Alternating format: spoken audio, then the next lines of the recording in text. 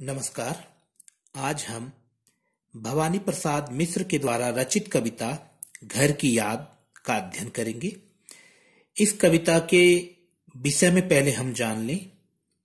भवानी प्रसाद मिश्र जो कि एक गांधीवादी कवि हैं और 1942 की जो भारत छोड़ो आंदोलन है उस आंदोलन में भाग लेने के कारण वह देश की आजादी के लिए जेल में है और जेल में रहते हुए उन्हें आज अपने घर की याद आ रही है और उस संदर्भ में उन्होंने ये पूरी कविता लिखी है। अर्थात उन्हें घर की याद आना, घर से वियोग या घर का विरह, ये सारी बातें इस कविता में चर्चा की गई हैं। हम देखते हैं कि इस तरीके की कविता हमने एक और कक्षा 9वीं में पढ़ी है, माखनलाल चतुर्वेदी की, जिसका नाम कैदी और कोकिला था। और उसमें भी हम देखते हैं कि माखनलाल चतुर्वेदी अपने स्वतंत्रता संग्राम में भाग लेने के एवज में जो उनको जेल जाना पड़ा और जेल में उनका जो अनुभव था उसको उन्होंने उस कविता में हमें बताया। ऐसे ही 1942 के भारत छोड़ो आंदोलन में भाग लेने के कारण कवि जेल में है और जेल में होने के कारण वह आज घर को याद करके दुखी है और उसी दुख की व्यथा को इस पूरी कविता में भवानी प्रसाद मिश्र ने हमें बताया है। तो कवि कहते हैं, आज पानी गिर रहा है, बहुत पानी गिर रहा है, रात भर गिरता रहा है, प्राण मन घिरता रहा है। हम ये देखते हैं, कवि कहता है आज पानी गिर रहा है, अर्थात बारिश हो रही है, वर्षा हो रही है, बहुत पानी गिर रहा है और बहुत तेज बारिश हो रही है, रात भर गिरता रहा है और रात भर वर्षा होती रही है, प्राण मन घिरता रहा है। और प्राण मन घिरता रहा अर्थात मन में भारीपन सा महसूस हो रहा है, अर्थात मन बेचैन है, व्याकुल है, क्योंकि इस वर्षा ऋतु में कवि जेल में है और उसके मन की व्याकुलता का कारण है उसको उसके घर की याद आ रही है। हम देख रहे हैं यहां पर रहा है अनुप्रास अलंकार बहुत सुंदर तरीके से यहां प्रयोग किया है कवि ने। खड़ी बोली हिंदी में पूरी कविता लिखी गई है, मुक्त छंद है और सरल सहज भाषा में लिखी गई है। बड़े आसानी से ये समझ में आती है कविता और कवि ने अपने घर को याद करते हुए अपनी उस वियोग और विरह की पीड़ा को यहां पर हमें बताया है। आगे देखते हैं, बहुत पानी गिर रहा है। कवि कहता है बहुत तेज पानी गिर रहा है, यानी बहुत तेज वर्षा हो रही है।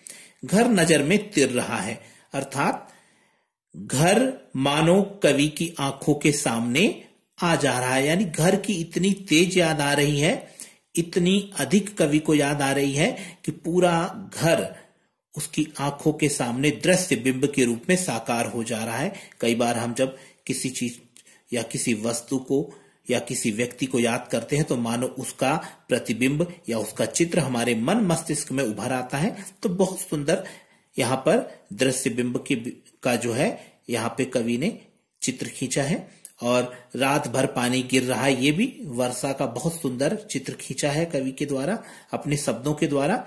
तो पूरी कविता में यहाँ बिंब भी उभर कर आया है। यहाँ पर कवि कहता है घर नजर में तिर रहा है, अर्थात घर का स्पष्ट प्रतिबिंब उसकी आंखों के सामने आ रहा है। घर की मुझसे दूर है जो, घर कवि से दूर है क्योंकि कवि जेल में बंद है। घर खुशी का पूर है जो, पूर यानी खजाना, घर खुशियों का खजाना है जो कवि से दूर है और घर की कवि को याद आ रही है और बहुत तेज वर्षा हो रही है। घर की घर में 4 भाई, कवि कह रहा है मेरे घर में 4 भाई हैं। मायके में बहन आई, और मायके में बहन आई हुई है। क्यों आई है? क्योंकि घर में जो एक भाई है वो देश के लिए जेल गया हुआ है और ऐसे में घर में एक दुख का माहौल है और उस दुख के माहौल में सांत्वना देने के लिए बहन अपने मायके आई हुई है, पिता के घर आई हुई है।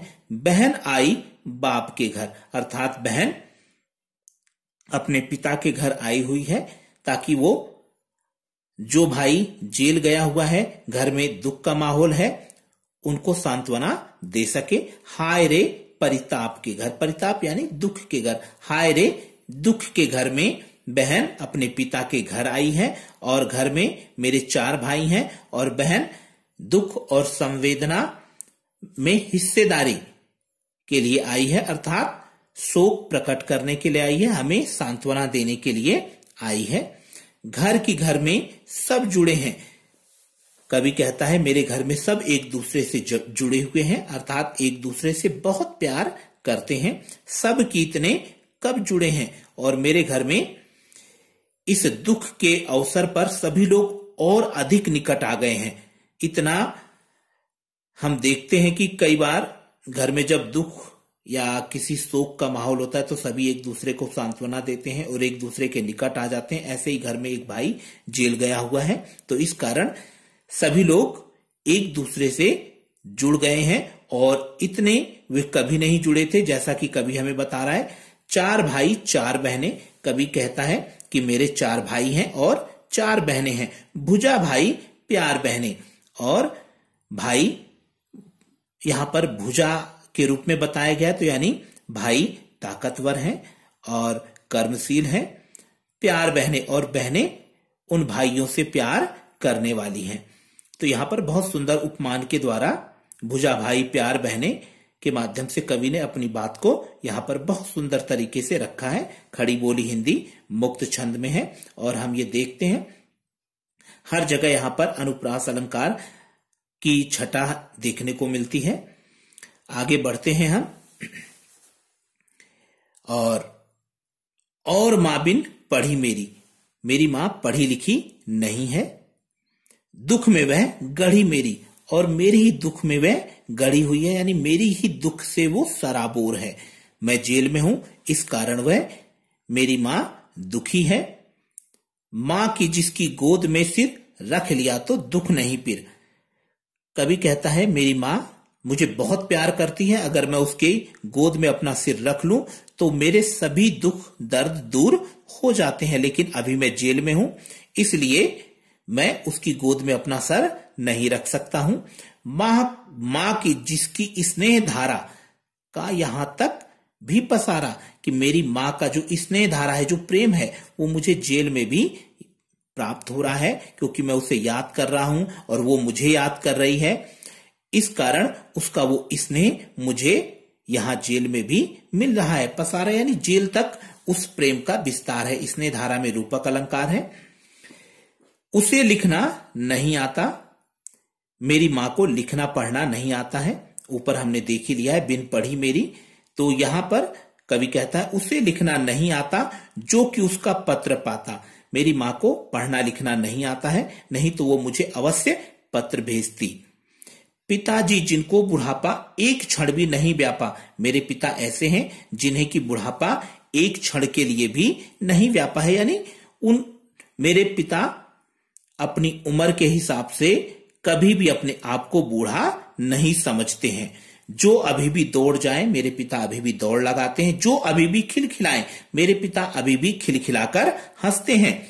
मौत के आगे न हिचके, मेरे पिता मौत से भी बिल्कुल नहीं हिचकते हैं, यानी डरते हैं। शेर के आगे न बिचके, और शेर के सामने भी वो सीना तान के खड़े होते हैं और शेर से भी वो नहीं डरते हैं। अर्थात मेरे पिता मौत से बिल्कुल नहीं हिचकते और ना ही शेर के आगे, यानी कोई कितना भी बहादुर हो उससे भी वो नहीं डरते हैं।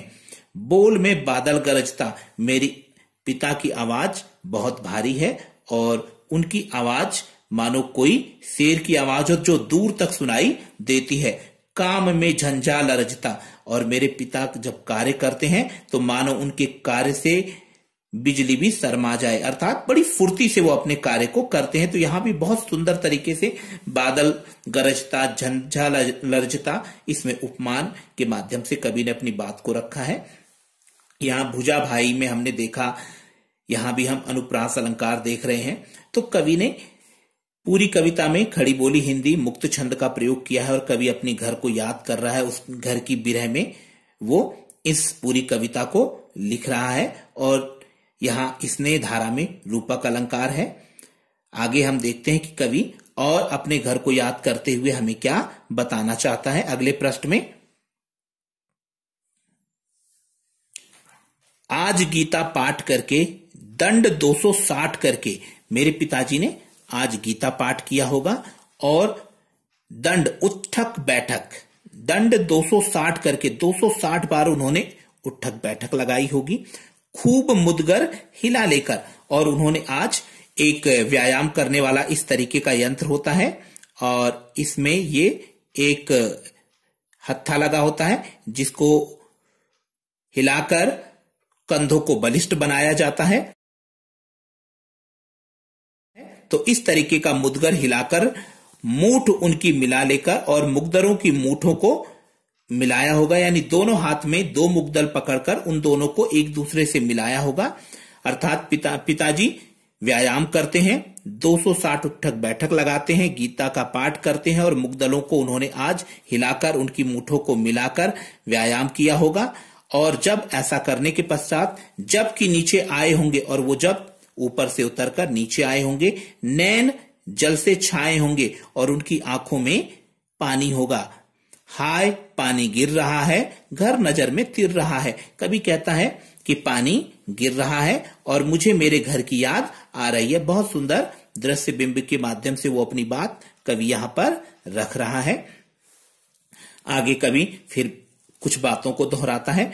4 भाई 4 बहनें, कवि कहता है मेरे 4 भाई हैं और 4 बहनें हैं। भुजा भाई प्यार बहनें, भाई बलिष्ठ हैं और बहनें प्यार करने वाली हैं। खेलते या खड़े होंगे, मेरे भाई और बहन खेल रहे होंगे या घर में खड़े होंगे, नजर उनको पड़े होंगे और मेरे पिताजी को वो नजर आए होंगे।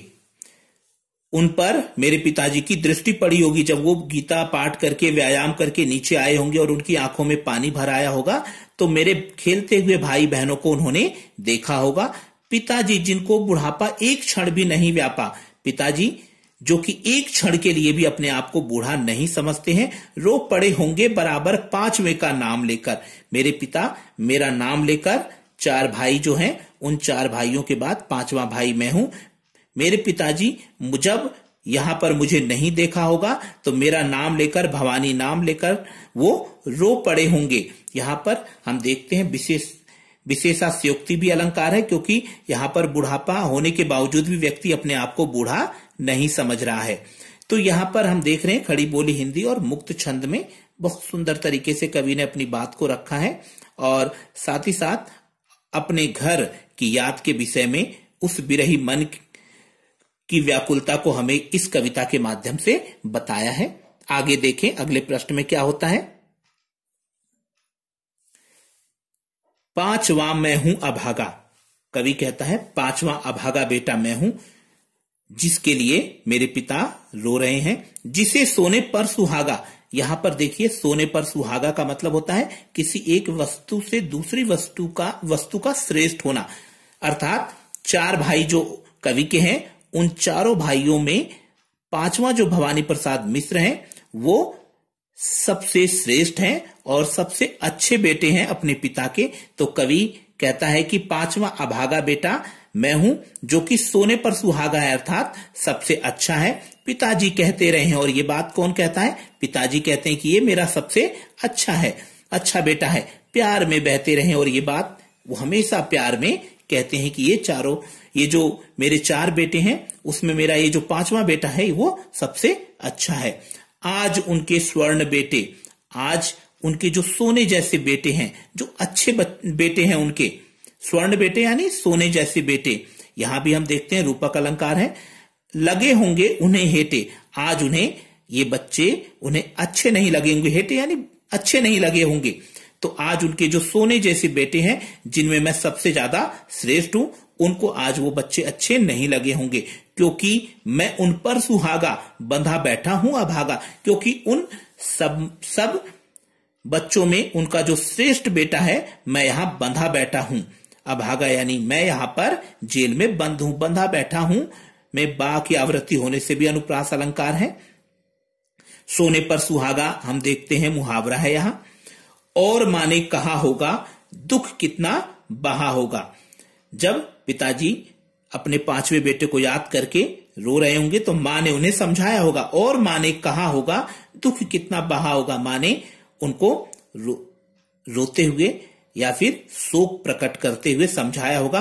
आंख में किस लिए पानी, वहां अच्छा है भवानी, कि आपकी आंखों में क्यों पानी है, आप क्यों रो रहे हैं, वहां अच्छा है भवानी, कि वहां भवानी प्रसाद मिश्र अच्छे हैं।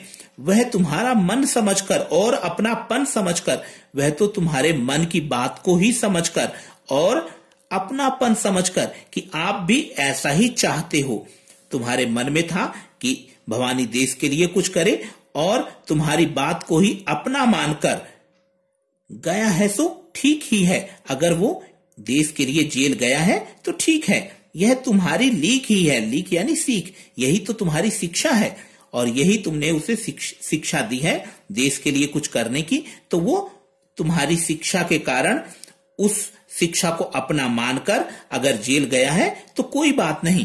पांव जो पीछे हटाता, अगर वो जेल जाने से डर जाता या देश के लिए वो अपने पैर को पीछे हटा लेता, कोख को मेरी ल जाता, अर्थात मेरे मां होने पर और मेरी एक ऐसी मां होने पर धिक्कार होता कि जिसके बेटे ने देश के लिए या देश सेवा करने का जब अवसर आया तो अपने पैर को पीछे हटा लिया और लोग मुझे लज्जित करते। इस तरह हो न कच्चे। मां ने पिताजी को समझाया होगा कि इस तरह से आप कच्चे मत होइए, आप कमजोर मत बनिए, रो पड़ेंगे और बच्चे आपको इस तरीके से रोता हुआ देखेंगे और इस तरीके से शोक प्रकट करते हुए मेरे बच्चे देखेंगे तो मेरे और बाकी बच्चे भी रो पड़ेंगे। पिताजी ने कहा होगा और पिताजी ने बताया होगा फिर मां को, हाय कितना सहा होगा और कितने सहते हुए मेरी मां से उन्होंने ये बातें कही होगी। कहा मैं रोता कहां हूं, और उन्होंने कहा होगा कि मैं कहां रो रहा हूं। हाय कितना सहा होगा, कहा मैं रोता कहां हूं, धीर मैं खोता कहां हूं। पिताजी ने बहुत सहते हुए मां को समझाया होगा कि मैं कहां रो रहा हूं और मैं धैर्य को नहीं खो रहा हूं। हे सजीले हरे सावन है कि मेरे पुण्य पावन, हे हरे भरे सावन के महीने। सावन यानी वर्षा ऋतु जब होती है तो हर तरफ हरा भरा हो जाता है, तो उसको सजे हुए सावन के महीने के नाम से कवि संबोधित कर रहा है कि हे सजीले हरे सावन है कि मेरे पुण्य पावन। यदि मैंने जीवन में कोई भी अच्छा काम किया है, पुण्य पावन यहां पे अनुप्रास अलंकार। तुम बरस लो वे ना बरसे, 5वें को वे ना तरसे, कि हे हरे भरे सजीले सावन के महीने, यदि मैंने जीवन में कोई पुण्य का काम किया है तो तुम बरसो 5वें को वे ना तरसे। मेरे पिता 5वें बेटे के लिए अर्थात मेरे लिए ना तरसे, मेरे लिए आंसू ना बहाएं। मैं मजे में हूं सही है, मैं यहां पर मजे में हूं जेल में, ये सही बात है। घर नहीं हूं बस यही है कि मैं बस घर पर नहीं हूं, मैं जेल में मजे में हूं। किंतु यह बस बड़ा बस है। कवि अब अपनी बेबसी को बता रहा है कि ये जो बस है इस पर मेरा बस नहीं है, क्योंकि मैं घर पर नहीं हूं, अंग्रेजों ने मुझे जेल में बंद कर रखा है और मैं बेबस हूं, घर नहीं आ सकता हूं। यही बस बहुत बड़ा बस है, इसी बस से सब विरस है और इसी बेबसी के कारण सब के सब विरस है, यानी सब के सब रसहीन है, कुछ भी अच्छा नहीं है। क्योंकि सावन के महीने में मैं अपने आप को एक विरही के रूप में पाता हूं जो कि एक देशभक्त है और घर को याद करते हुए आंसू बहा रहा हूं। इसी कारण सब बेकार हो गया है, विरस हो गया है, नीरस हो गया है। किंतु उनसे यह न कहना, हे हरे भरे सावन के महीने, मेरे पिता से ये मत कहना। आप देखो मानवीकरण अलंकार का प्रयोग किया है, सावन के महीने से बात कर रहे हैं, संवाद कायम कर रहे हैं। तो किंतु उनसे यह न कहना, उन्हें देते धीर रहना। हे सावन के महीने, मेरे पिता को धैर्य देना, उन्हें कहना लिख रहा हूं, मेरे पिता को बताना कि मैं लिखता हूं जेल में, उन्हें कहना पढ़ रहा हूं और उन्हें बताना कि मैं जेल में पढ़ता भी हूं, काम करता हूं कि कहना, उन्हें बताना कि मैं जेल में काम भी करता हूं, नाम करता हूं कि कहना, और उन्हें बताना हे सावन के महीने कि मैं उनका नाम करता हूं, क्योंकि जेल मैं किस लिए आया हूं, देश के लिए आया हूं, तो उनका नाम आगे मैं बढ़ा रहा हूं। चाहते हैं लोग कहना, मेरे पिता को बताना कि लोग मुझे बहुत चाहते हैं, बहुत पसंद करते हैं, मत करो कुछ शोक कहना, हे सावन के महीने उन्हें बताना कि तुम कोई भी शोक अर्थात दुख मत करो। ये पूरी कविता हम देख रहे हैं कि खड़ी बोली हिंदी और मुक्त छंद में रचित है और बहुत सुंदर संवाद शैली का यहाँ पर प्रयोग किया गया है और जगह जगह अनुप्रास अलंकार भी आए हैं यहाँ पर। और हम देखते हैं कि ये बहुत सुंदर कविता है, सरल है, स्पष्ट है, कैसे भी पढ़े आसानी से समझ में आती है और इसकी पूरी हिंदी कोई भी आसानी से निकाल सकता है।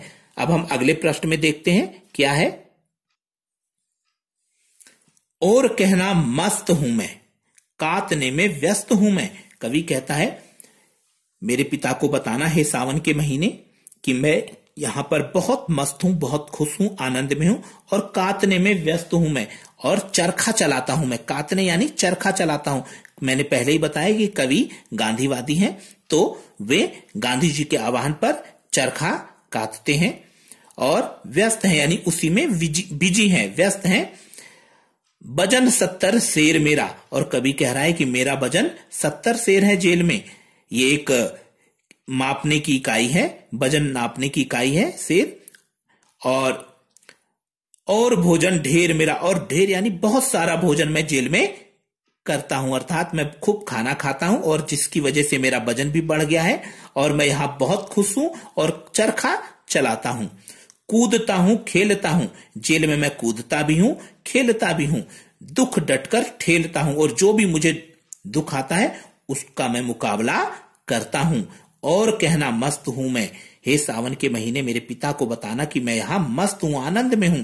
यूं न कहना अस्त हूं मैं, मेरे पिता को ये मत कह देना कि मैं यहां दुखी हूं। अस्त यानी दुखी हूं, घर की याद मुझे बहुत आती है। हे सजीले हरे सावन है कि मेरे पुण्य पावन, तुम बरस लो वे ना बरसे, पांचवें को वे ना तरसे। हे हरे भरे सावन के महीने, यदि मैंने जीवन में कोई भी अच्छा काम किया है तो तुम बेशक बरस लो, लेकिन मेरे पिता की आंखों में पांचवें पुत्र के लिए आंसू ना आए। यानी मेरे पिता की जगह तुम अपने आंसू बहा लो, लेकिन मेरे पिता नहीं रोने चाहिए। हाय रे ऐसा ना कहना, ये हमने जो है इसके बाद ये पंक्तियां आएंगी, लेकिन हमने गलती से इन पंक्तियों को ले लिया है, तो हम अब इसकी व्याख्या करते हैं और इसके बाद लास्ट में इसे देखेंगे। हाय रे ऐसा ना कहना है कि जो वैसा ना कहना। हे हरे भरे सावन के महीने, ऐसा बिल्कुल मत बताना कि मैं घर की याद में दुखी हूं। हाय रे वैसा ना कहना, और हकीकत बिल्कुल मत बता देना। कहना देना जागता हूं, और उन्हें यह मत बताना कि मुझे घर की बहुत याद आती है और मैं जगता रहता हूं रात भर। आदमी से भागता हूं, और जेल में मैं किसी आदमी से बात नहीं करता हूं। कहना देना मौन हूं मैं, और मैं चुपचाप हो गया हूं, गुमसुम हो गया हूं जेल में। खुद न समझू कौन हूं मैं, और मैं अपने आप तक को भूल गया हूं जेल में। मुझे घर की बहुत याद आती है, ये बात मेरे पिता को बिल्कुल मत बताना कि मैं रात भर जगता हूं, आदमियों से अब बात भी नहीं करता हूं, चुपचाप हो गया हूं और अपने आप को भी भूल गया हूं। देखना कुछ बक न देना। हे हरे भरे सावन के महीने, मेरे पिता को बिल्कुल ये सब मत बक देना। उन्हें कोई शक न देना, और उन्हें कोई शक ना हो, ये ध्यान रखना। हे सजीले हरे सावन है कि मेरे पुण्य पावन, हे हरे भरे सावन के महीने, यदि मैंने कोई भी पुण्य का काम किया है तो तुम बरस लो, कि तुम जितना मर्जी उतना पानी बरसा लो, पांचवें को वे ना तरसे। लेकिन पांचवें बेटे के लिए मेरे पिता बिल्कुल तरसे नहीं। तो ये हमने देखा कि खड़ी बोली हिंदी और मुक्त छंद में रचित ये कवि की व्यथा और विरह को बताती हुई कविता है। और यहां पर हम देखते हैं कि बादलों को एक तरीके से मानवीकरण के माध्यम से कवि संबोधित कर रहा है और कहना चाहता है कि वो बादल जाकर दूत बनकर उसके पिता को उसकी व्यथा के विषय में बताएं, और जो हकीकत है वो ना बताकर बल्कि ये बताएं कि उनका बेटा उनकी दी हुई शिक्षा के अनुसार जेल में देश के लिए अच्छे से है और वो उसके लिए बिल्कुल भी चिंता ना करे। तो उम्मीद है कि ये कविता आपकी समझ में आई होगी। धन्यवाद।